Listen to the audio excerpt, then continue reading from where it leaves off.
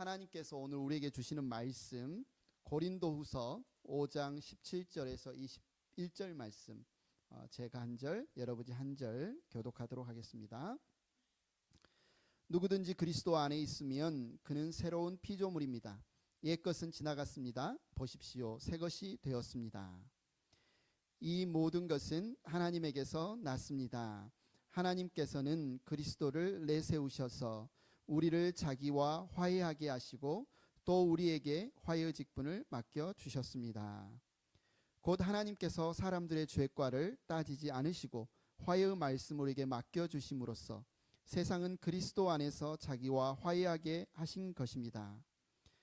그러므로 우리는 그리스도의 사절입니다. 하나님께서는 우리를 시켜서 여러분에게 권고하십니다. 우리는 그리스도를 대리하여 간청합니다. 여러분은 하나님과 화해하십시오. 다 같이 21절 읽습니다. 하나님께서는 죄를 모르시는 분에게 우리 대신으로 죄를 씌우셨습니다. 그것은 우리가 그리스도 안에서 하나님의 의가 되게 하시려는 것입니다. 아멘. 여러분 자리에 앉아주시고요. 행복한 교회 가족 여러분, 오늘 아침 혹시 창밖을 보셨나요?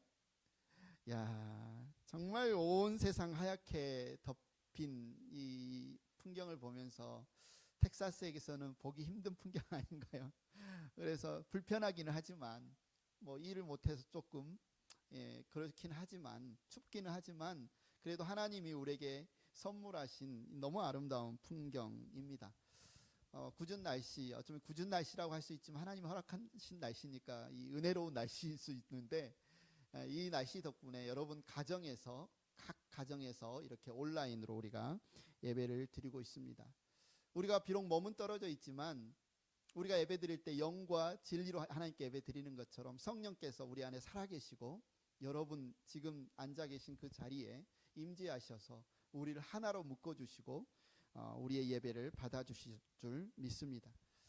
여러분 아마 예배당에 우리가 함께 모여서 예배드리면 집중이 더 잘 되는데 여러분 가정에 있으면 뭔가 좀 혼자 있거나 둘이 있거나 그래서 좀 집중이 안 될 수 있어요. 졸릴 수도 있고. 그렇지만 여러분 더 집중하셔서 오늘 이 시간 예배를 드리시면 좋겠습니다. 여러분 한 나라의 운명이 총칼, 요즘 그렇죠? 얼마나 무기가 현대화되었느냐, 얼마나 큰 군함, 전투기 아니면 핵미사일을 가지고 있느냐에 따라서 강대국이냐 약소국이냐 이렇게 나뉘는데, 그런데 한 나라의 운명이 이런 총이나 칼에 의해서 좌지우지 되지 않고 오히려 한 사람의 태도나 말에 의해서 결정되어진 사건을 여러분 아십니까? 들어보셨는지 모르겠습니다. 그런 사건이 조선시대에 있었습니다. 17세기 초 조선은 일본의 침략으로, 우리가 아는 임진왜란이죠, 침략으로 깊은 상처를 겪었습니다. 임진왜란은 수많은 사람의 목숨을 빼앗았을 뿐만 아니라 조선 전 국토를 폐허로 만들었습니다. 뿐만 아니라 일본, 그 당시는 일본이 아니고 외나라였죠. 외나라만 떠올려도 무섭고 아니면 분노가 치밀어 오르고 나의 가족을 죽이고 아니면 포로로 끌고 간 원수처럼 여겨지던 그 자체였죠. 이런 상황에서 조선은 일본의 사절단을 파송합니다. 그 사절단을 조선통신사라고 불렀죠. 그런데 군인을 보내는 것이 아니라 통신사는 누구를 보내냐면 외교관을 보냈습니다. 조선 통신사들은 일본 땅에 들어갈 때 칼을 들고 가지 않았어요. 대신 품위와 절제와 학문과 예절을 가지고 갔습니다. 그들의 말투와 태도, 걸음걸이 하나하나가 조선은 문명국이며 무례한 나라가 아니다라는 메시지를 전했습니다. 일본 사람들은 놀랬죠. 어제 적국 아닙니까? 어제 우리가 유린하고 짓밟았던 나라의 사람들이 일본에 통신사로 왔는데 그들의 모습이 전쟁에 폐허가 된 나라의 국민답지 않고 오히려 예의 바르고 말투나 태도, 이 모든 것에 있어서 감동을 주는 그런 모습에 굉장히 감동을 받았다고 합니다. 조선 통신사들은 전쟁의 기억을 자극하지 않고 관계를 회복하는 얼굴이 되었습니다. 그 결과 조선은 임진왜란 이후, 정유재란 이후에 수백 년 동안 일본과 대규모 전쟁을 피할 수 있게 되었습니다. 물론 여러 가지 정치적인 상황도 있겠지만 이 사절단이 큰 몫을 했다라는 사실은 부인할 수 없습니다. 역사적인 기록에도 남아 있습니다. 칼과 활이 아니라 한 사람들의 사절단의 말과 태도가 나라의 평화를 가져온 사례죠. 그런데 여러분, 이와 정반대의 사례도 있습니다. 바로 한때 최강국이었던 오스만 제국입니다. 오스만은 유럽에 사절단을 보낼 때마다 우리는 이 유럽을 정복한 정복자다라고 여겼습니다.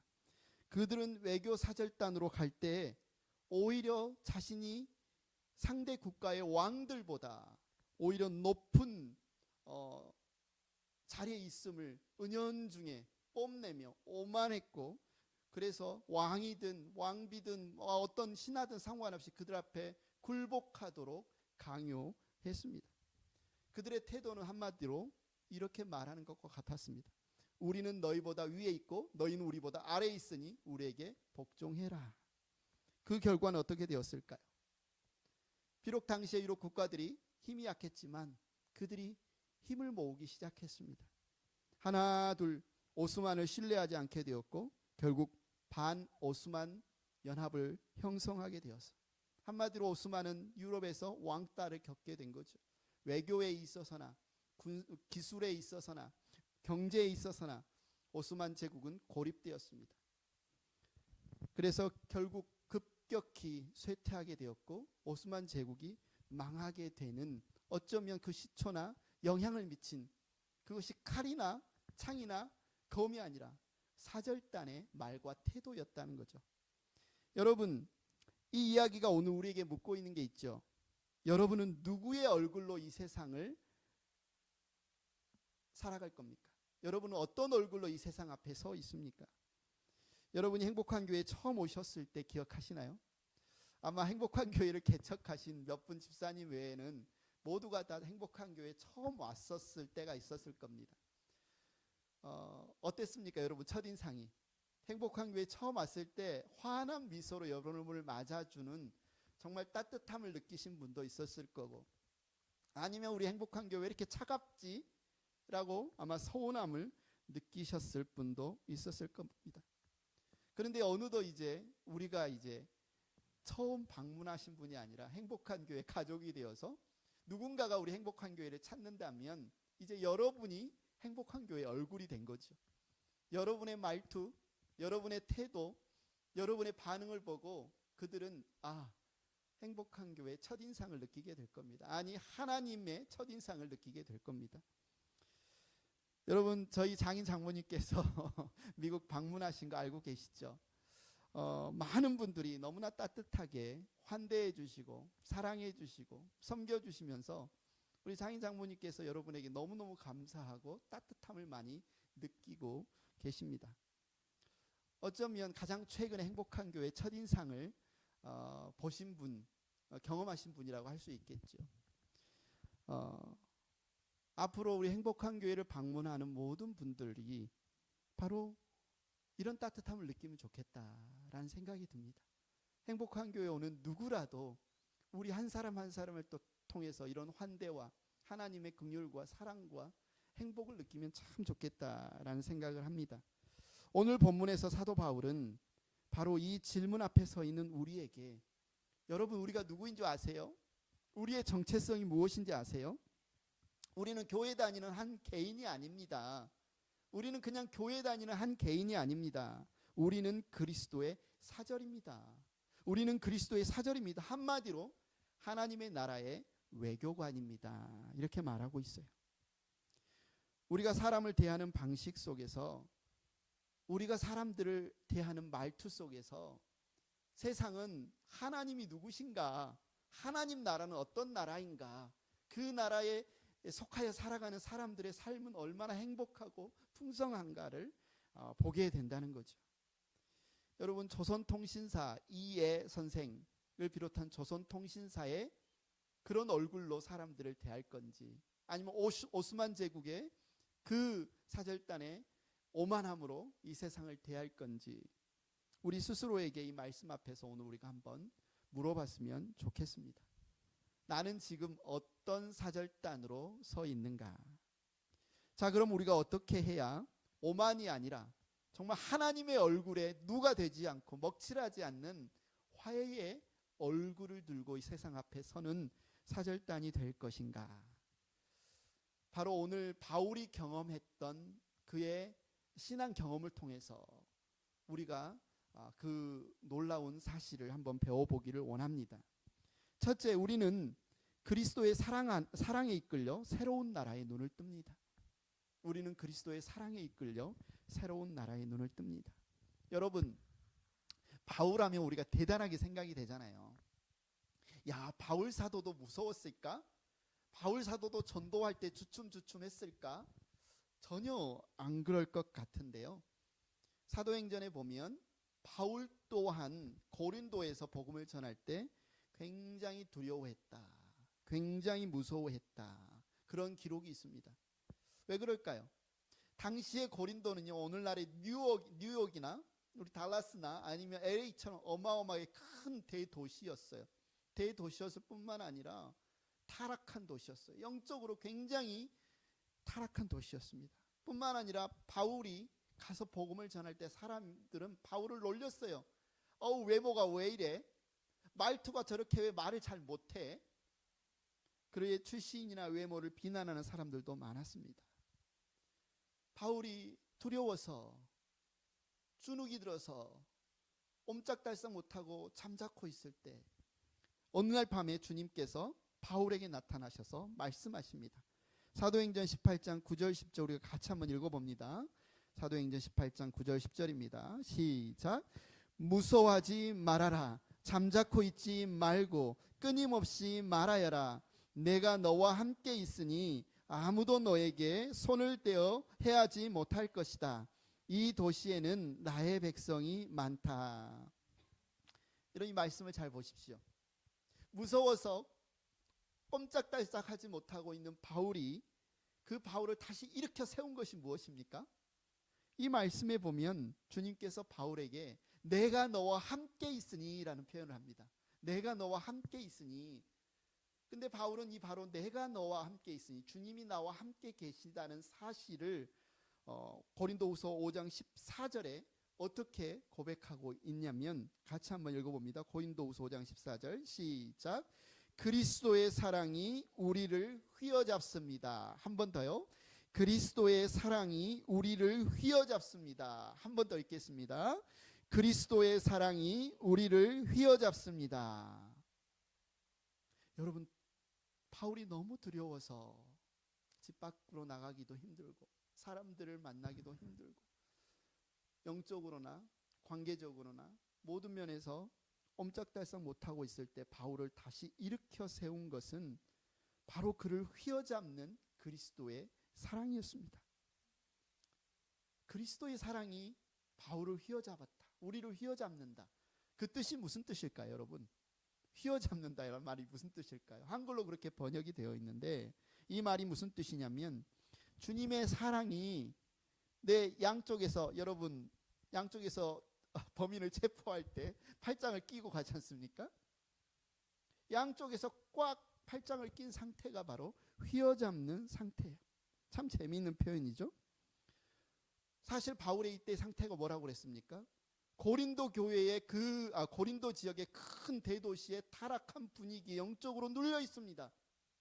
복음을 전하려고 나아가 있는 사람들의 대적함과 무시와 핍박과 그들의 학문적인 어떤 언변과 이 모든 것들에 눌려 있습니다. 꼼짝달싹 못하고 있잖아요. 좌우의 대도시의 타락, 나를 비난하는 조롱, 꼼짝달싹 그렇게 눌려있는 바울에게 그 두려움보다 더 큰 하나님의 사랑이 그를 붙잡고 있는 거예요. 그를 붙잡고 있는 두려움보다 더 큰 사랑이 그를 휘어잡으신 거예요. 여러분, 휘어잡다라는 표현이요, 여러분 이런 생각을 한번 해보세요. 여러분이 아마 잠수함을 타고 바다 깊은 곳으로 항해한 경험은 없겠지만 잠수함 다 아실 겁니다. 잠수함이 물속으로 들어가면요, 그 내려갈수록 무슨 일이 일어나냐면 압력이 심해집니다. 그렇죠? 수압이 심해지죠. 물이 어디서 눌러요? 위에서 누릅니다. 왼편, 오른편, 앞, 뒤, 밑에서도 전체에서 빈틈없이 이 잠수함을 누르는 상태가 바로 휘어잡는 상태입니다. 바로 꼼짝달싹할 수 없었던 바울을 그리스도의 사랑이 휘어잡았다는 것은 뭡니까? 사방을 둘러봐도 하나님의 사랑이 느껴지는 겁니다. 내가 도망치려고 해도 그 사랑이 나를 꽉 누르는 겁니다. 내가 주저앉으려고 해도 그 사랑이 나를 튕겨오르게 하는 겁니다. 내가 이 사랑을 피할 수 없구나. 하나님의 사랑이, 주님의 사랑이 나를 양쪽에서 팔짱을 끼고 앞으로 끌고 나가는 것 같은 그 상태. 바울은 그리스도의 사랑이 나를 휘어잡는구나, 이렇게 항복 선언을 합니다. 이 말만 들으면 그리스도의 사랑이 되게 나를 강제적으로, 어쩌면 막 나의 의지와 상관없이 막 끌고 가는 것처럼 느껴지잖아요. 아니에요. 찰스 스펄전 목사님, 유명한 설교가로 유명한 찰스 스펄전 목사님은요, 우리를 휘어잡는 이 그리스도의 사랑에 대해서 이렇게 표현을 했습니다. 복음은 억지로 끌고 가는 쇠사슬이 아니라 거부할 수 없는 향기로운 꽃향기와 같다. 복음은 억지로 끌고 가는 쇠사슬이 아니라 거부할 수 없는 향기로운 꽃향기가 같다. 여러분, 기도할 때 그렇게 기도하면 좋겠어요. 우리 행복한 교회에서 악취가 나지 않게 하시고 그리스도의 꽃향기가 나게 해주십시오. 우리를 만나는 사람들이 우리와의 대화에서, 우리와의 인상에서 악취를 경험하지 않고 그리스도의 꽃향기를 맡게 해주세요. 우리가 이렇게 기도했으면 좋겠습니다. 여러분, 사나운 사자를 어떻게 끌고 갈 수 있어요? 여러분, 그 맹수, 사나운 사자를 억지로 끌고 가려고 하면 아마 그가 나를 물어뜯거나 핥히거나 적극적으로 나를 대항을 할 겁니다. 쇠사슬에 묶고 채찍질을 해야 겨우겨우 한 발자국 한 발자국 움직일 수 있을 겁니다.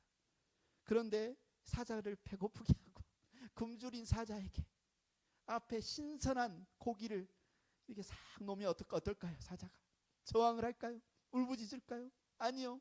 그 고기의 냄새, 상큼한 냄새, 신선한 냄새, 배고픔 때문에 전혀 저항하지 않고 움직일 겁니다. 바울이 움직이는 건요, 지금 하나님이 바울을 좀 책망하는 게 아니에요. 야, 내가 너를 선교사로 보내서 고린도에 보내놨더니 그렇게 겁도 많고 그렇게 소극적이고 그렇게 말도 못하고 너 왜 이렇게 전도하지 않는 거야? 당장 나가. 이렇게 말씀하신 게 아니에요.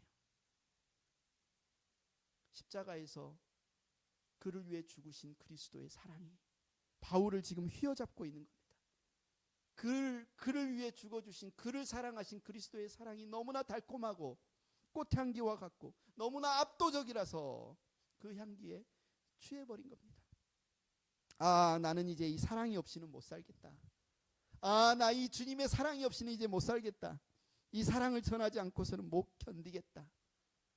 바울의 이 고백은요, 나는 이제 그리스도의 사랑의 포로가 되었습니다. 이렇게 고백하는 겁니다. 여러분, 이렇게 그리스도의 사랑의 포로가 된 사람, 이 사람이 누굴까요? 자, 다 같이 고린도후서 5장 17절 여기에 나옵니다. 다 같이 한번 읽습니다. 시작. 누구든지 그리스도 안에 있으면 그는 새로운 피조물입니다. 옛것은 지나갔습니다. 보시오, 새 것이 되었습니다. 예, 새로운 피조물.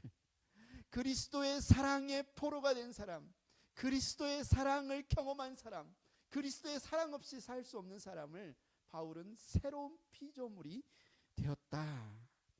여러분, 가끔 오해하는데요, 새로운 피조물 하니까 말도 좀 예쁘게 하고 좀 죄도 안 짓고 도덕적으로 좀 뭔가 뛰어난 사람, 좀 착해진 사람, 요 정도로 생각하는데요, 아닙니다. 여러분이 무엇을 생각하든 그보다 훨씬 대단한 일이 일어난 사람이 바로 새로운 피조물이 된 사람입니다. 한마디로 하나님께서 천지를 창조하셨잖아요. 그죠? 이 새로운 피조물이라는 것은요, 하나님이 천지를 창조하신 일에 버금가는 사건입니다. 새 창조의 일이 일어난 사건이에요. 내가 살던 예전 세상이 완전히 뒤바뀌어서 새로운 세상에 내가 살아가게 된 사건입니다. 나의 국적이 바뀐 엄청난 사건입니다.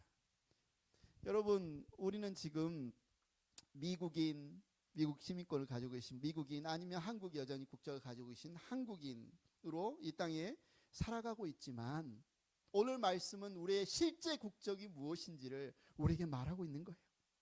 여러분, 골로새서 1장 13절 우리 함께 읽어보겠습니다. 시작. 아버지께서 우리를 암흑의 권세에서 건져내셔서 자기의 사랑하는 아들의 나라로 옮기셨습니다. 여러분의 국적은요, 한국도 아니고 미국도 아니고, 이건 맞긴 맞지만 잠깐이죠. 우리의 완전한 국적은 바로 사랑하는 아들의 나라, 하나님 나라, 하늘나라, 우리를 완전히 그 나라의 시민으로 우리를 옮겨주신 일이 실제로 일어났다는 거예요. 그래서 우리가 살아가는 법은요, 이 세상의 법이 아니고 하나님 나라의 법, 하나님의 말씀이 우리가 살아가는 삶의 기준이 된 겁니다. 여러분, 우리가 1월 한 달 동안 하나님의 시선이라는 주제로 말씀을 계속 나누고 있습니다. 이 하나님의 시선은 어떻게 우리가 하나님의 시선으로, 하나님의 관점으로 내 이웃을, 내 가족을, 아니면 나를, 주변 이 사회를 바라보고 복음을, 이 사랑을 나눌 수 있을까? 이런 질문을 가지고, 주제를 가지고 우리가 4주 동안, 이제 4주째 오늘까지 복음을 전했습니다. 반복해서 여러분 말씀드리지만, 전도는요, 말을 잘해서 누군가를 설득시키는 기술이 아니에요. 우리 전도합시다, 우리 복음을 전합시다라고 하면 어떤 분들은 나 말을 못해요, 나 성경을 잘 몰라요, 난 대단한 간증이 있지도 않아요. 그러나 오늘 말씀을 보면요, 전도는 누군가를 말을 그럴싸하게 해서 설득하는 기술이 아니에요. 전도는 뭐냐면 실제로 일어난, 나에게 일어난 사건을 그냥 이야기하는 거예요. 저는 하나님 나라의 시민이에요. 저는 하나님 나라의 시민이에요. 제가 따르는 법은요, 하나님 나라의 법이에요. 하나님 나라의 법은요, 미움이 아니라 사랑이에요. 원수가 아니라 용서예요. 이것을 삶으로 보여주는 것이 전도입니다. 우리를 휘어잡는 이 그리스도의 사랑을 우리가 알았습니다. 우리가 하나님의 나라의 시민인 것을 알았어요. 이제 우리에게 무슨 일이 일어날까요? 우리는 하나님이 주도하신 화해를 위한 사절단으로 파견됩니다. 고린도후서 5장 16절 같이 읽습니다. 시작. 그러므로 이제부터 우리는 아무도 육신의 잣대로 알려고 하지 않습니다. 전에는 우리가 육신의 잣대로 그리스도를 알았지만 이제는 그렇지 않습니다. 여러분, 바울은 그냥 어떤 지식, 어떤 개념을 전하는 게 아니라 본인이 경험했던 사실을 전하고 있습니다. 바울은 먼저 육신의 눈이 아니라 새로운 창조의 눈으로 이 세상을 바라보고 있다라고 선언합니다. 사람이 보는 외모에 집중하지 않고 하나님이 보시는 관점에 집중하고 있다고 그런 강조합니다. 좀 전에 말했던 것처럼요, 바울이 고린도에 가서 복음을 전할 때 사람들은 바울의 외모를 봤습니다. 바울의 스펙을 봤습니다. 바울의 말투, 언변을 봤습니다. 그러나 바울은 그들에게 이야기합니다. 나는 여러분을 볼 때 여러분의 외모를 보지 않습니다. 여러분의 육신의 잣대로 여러분을 평가하지 않습니다. 여러분, 전도는 우리의 스펙으로 하는 게 아니에요. 내가 얼마나 좋은 대학을 나왔고, 내가 얼마나 오랫동안 신앙생활을 했고, 내가 교회에서 얼마나 큰 직분을 갖고 있고, 내가 성경 공부를 얼마나 많이 했고, 내 스펙이나 말솜씨로 하는 게 아니에요. 어떤 분은 나 이제 막 예수 믿었기 때문에 잘 몰라요, 못해요. 아니에요. 이거 여전히 세상적인 기준으로 보는 겁니다. 하나님의 시선으로 사람을 볼 때 우리는 복음을 전할 수 있습니다. 또 하나 중요한 건요, 우리가 하나님에 관하여 이야기하는, 복음을 전하는 전도의 시작은 우리가 아니에요. 내가 마음 먹으면 할 수 있고 내가 마음 먹지 않으면 못하는 게 아니에요. 바로 이 모든 일의 시작은 하나님입니다. 같이 읽겠습니다. 고린도후서 5장 18절입니다. 시작. 이 모든 것은 하나님에게서 났습니다. 하나님께서는 그리스도를 내세우셔서 우리를 자기와 화해하게 하시고 또 우리에게 화해의 직분을 맡겨주셨습니다. 보십시오, 여러분. 내가 마음먹어서 복음 전해야 되겠다, 내가 마음먹어서 전도해야 되겠다라고 시작한 게 아니에요. 이 모든 것은 하나님에게서 났다고 바울은 이야기하고 있어요. 여러분, 한국인들에게 굉장히 중요한 이야기가 있죠. 한국인의 정체성, 한국인의 긍지, 우리는 다른 민족하고 좀 달라라고 이야기하는 근거가 바로 단군 신화입니다. 우리는 홍익인간, 하늘의 환웅의 아들에게서 시작한 그 계보가 우리 대한민국이야. 배달의 민족이야. 이 신화는, 이 설화는요, 한국이 국난을 겪을 때, 뭔가 어려움을 겪을 때 한국인들을 하나로 뭉치게 하고 하나로 서로 돕게 하는 그런 원동력이 되었습니다. 험난한 역사 속에서도 우리가 한민족이라는 결속력을 유지할 수 있었던 것은 바로 이 신화가 있었습니다. 그런데요, 성경이 말하는 예수 그리스도의 이야기는 신화가 아니에요. 한 민족을 자긍심을 갖게 만드는, 야, 그거 유대인들의 이야기 아니야? 유대인들에게 뭔가 자긍심을 갖게 하는 신화가 아닙니다. 이것은 하나님께서 실제로 이 역사 가운데 그분의 아들인 예수님을 보내셔서 행하신 실제 역사, 실제 사건입니다. 하나님이 먼저 우리를 찾아오신 사건이에요. 그래서 우리가 전도하는 것은요, 그럴싸한 이야기를 지어내는 게 아니에요. 그럴싸한 논리로 사람들을 설득하는 게 아닙니다. 이미 하나님이 행하신 실제 역사를, 실제 뉴스를 그냥 전달하는 거예요. 하나님이 행하신 일을, 실제로 행하신 일을 그냥 알려주는 일입니다.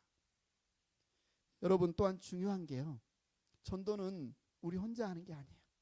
오늘 말씀은 보면요, 우리를 사절단이라고 이야기하고 있어요. 우리는 그리스도의 사절단이다.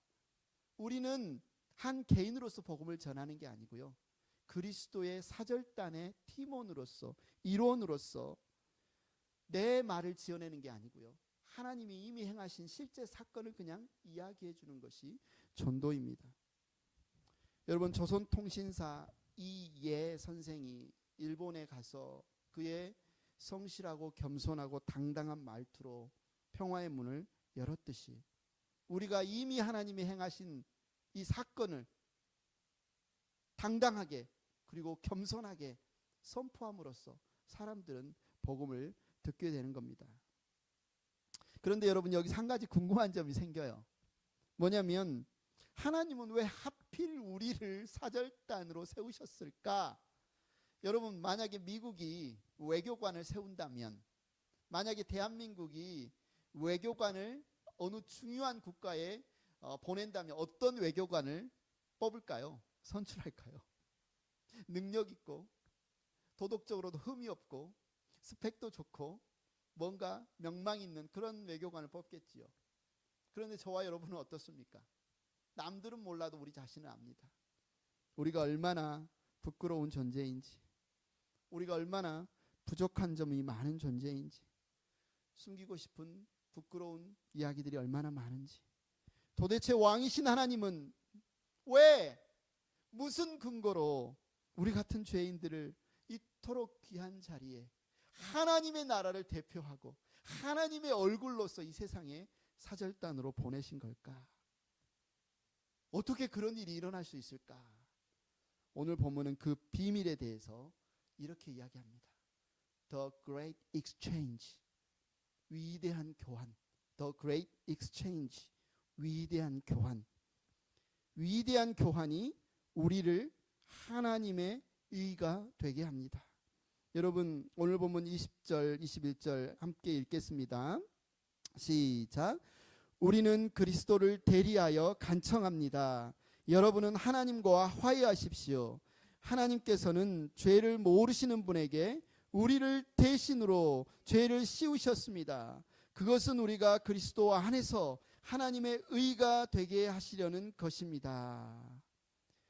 바울이 지금 여러분에게 여러분은 하나님과 화해하십시오 라고 간청하는 이유는, 그리고 그렇게 간청하는 사절단이 된 근거는, 고린도 형제자매들에게 그렇게 사절단이 되십시오, 그리고 저와 여러분에게 그리스도의 사절단이 되십시오라고 선언하는 이유는, 그 근거는 어디에 있냐면 바로 여기에 있습니다.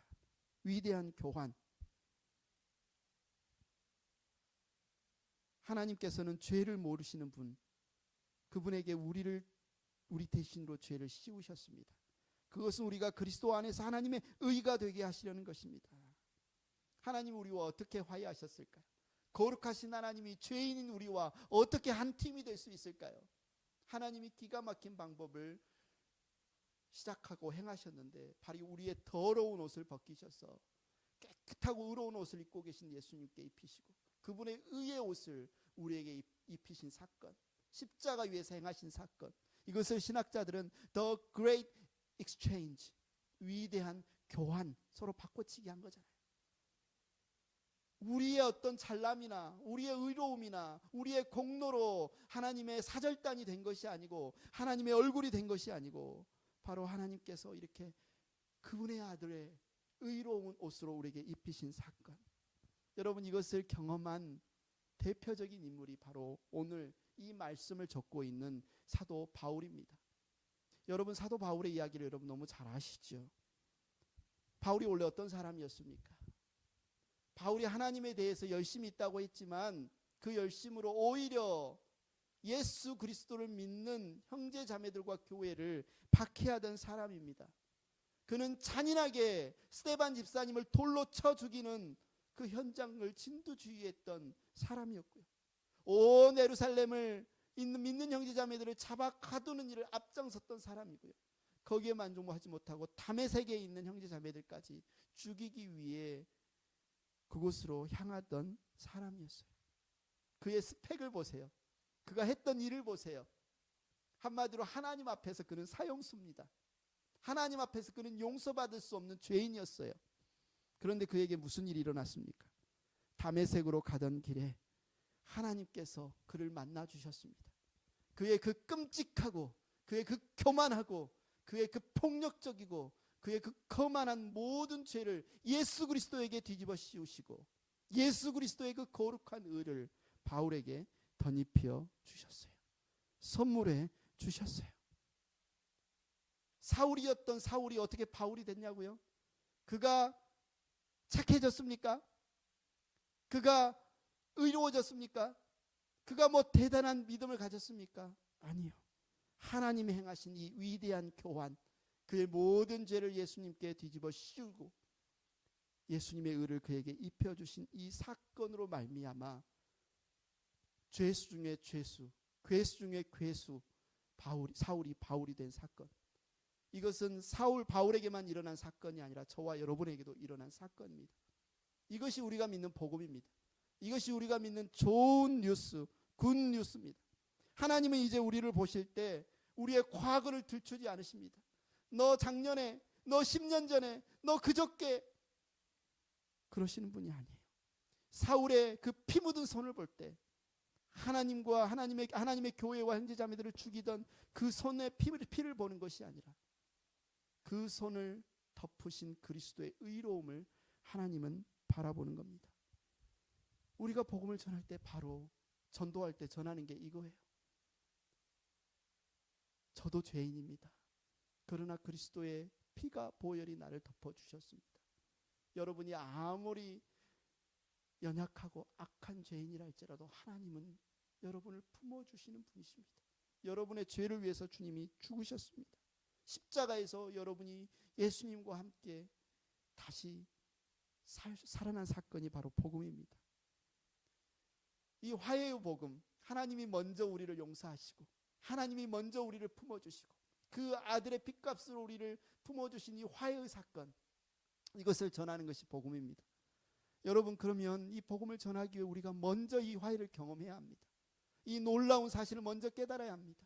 하나님과 내가 화해하지 않고 어떻게 다른 사람을 하나님과 화해시키겠습니까? 여러분, 이 시간 이 말씀이 여러분 가운데 그리스도의 사랑이 여러분을 휘어잡았으면 좋겠습니다. 오늘 우리는 바울의 뜨거운 고백을 함께 나눴습니다. 우리는 주님의 사랑에 푹 빠져 하나님의 나라의 시민이 된 사람들입니다. 그리고 하나님께서 직접 먼저 계획하시고 시작하셔서 이루신 사건, 하나님의 원수였던 나를, 하나님의 적국이었던 사탄의 나라에 있었던 나를, 암흑의 권세에 있었던 나를 그의 아들을 대신 죽게 하심으로 나의 죄값을 치르시고 그곳에서 건져 그 아들의 나라, 하나님의 나라의 백성 삼아주신 사건, 이 사건, 위대한 익스체인지, 십자가에서 일어난 위대한 이 사건을 전하는 것이 복음입니다. 이 모든 이야기의 주인공은 누구예요? 저와 여러분입니까? 내가 예수 믿어서, 내가 열심히 교회 다녀서, 내가 열심히 기도해서 구원받았습니까? 아니요. 우리가 아직 죄인 되었을 때 하나님께서는 그 아들을 아끼지 않고 내어주심으로, 십자가에 죽게 하심으로 우리를 향한 그의 사랑을 확증하여 주셨습니다. 우리를 건져주셨습니다. 우리를 자녀 삼아 주셨습니다. 여러분, 우리가 하나님의 나라의 사절단으로 전하는 것은 그리스도입니다.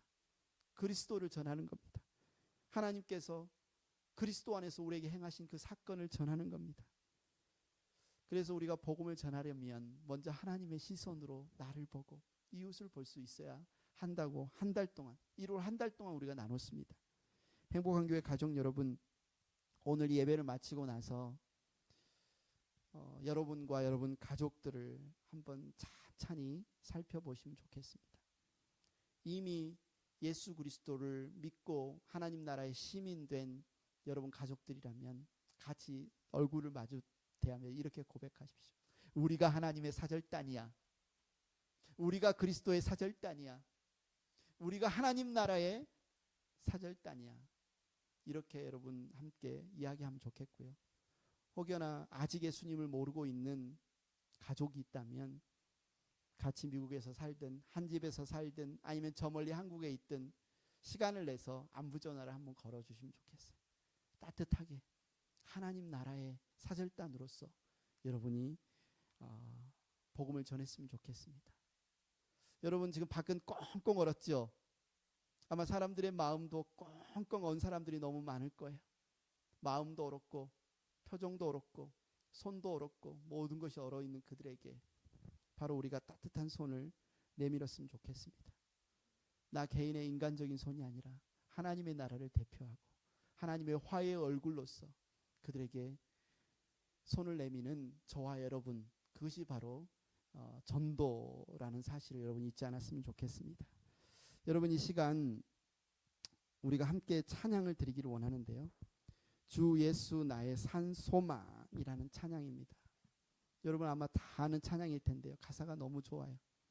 하나님께서 우리 가운데 행하신 그 놀라운 리빙 호프, 일이 우리의 산 소망이 된 이 사건 우리가 함께 이 시간 찬양으로 고백했으면 좋겠습니다. 가정에 있지만 여러분 크게 불러주실 거죠? 함께 찬양하겠습니다.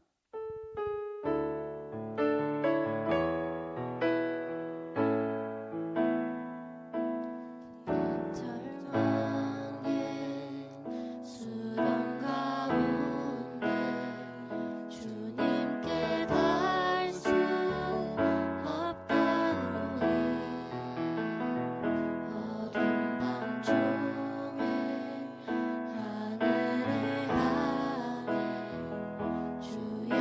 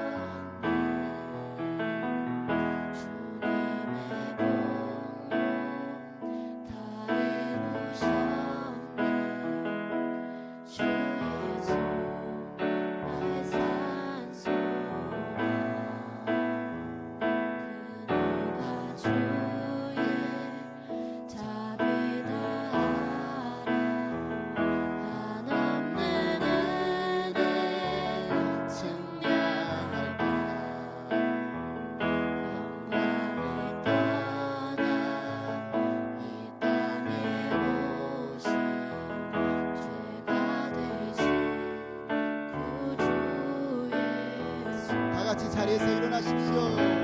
주의 십자가 내게 말하네 영원히 난 용납했네 아름다우신 왕 나는 주의 것 그리스도 나의 산소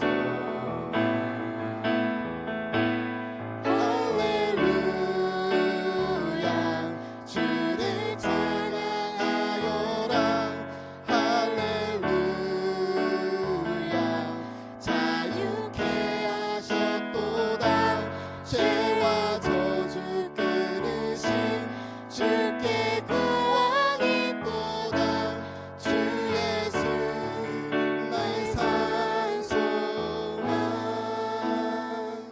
언약의 아침 장사된 몸에 부활의 호흡 시작됐네 유다의 사자 위엄찬 성품에 사망이 무너졌도다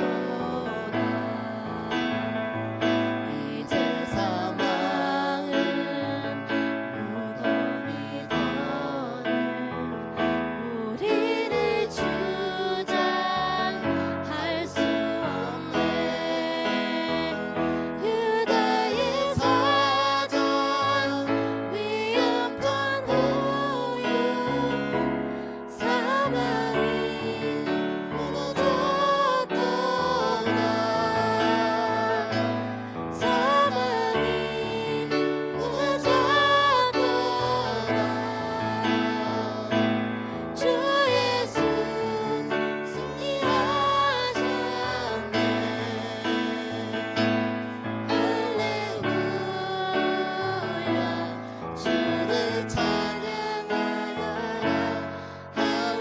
할렐루야 자유케 하셨도다 죄와 저주 끊으신 주께 구원이 있도다 주 예수 나의 산소만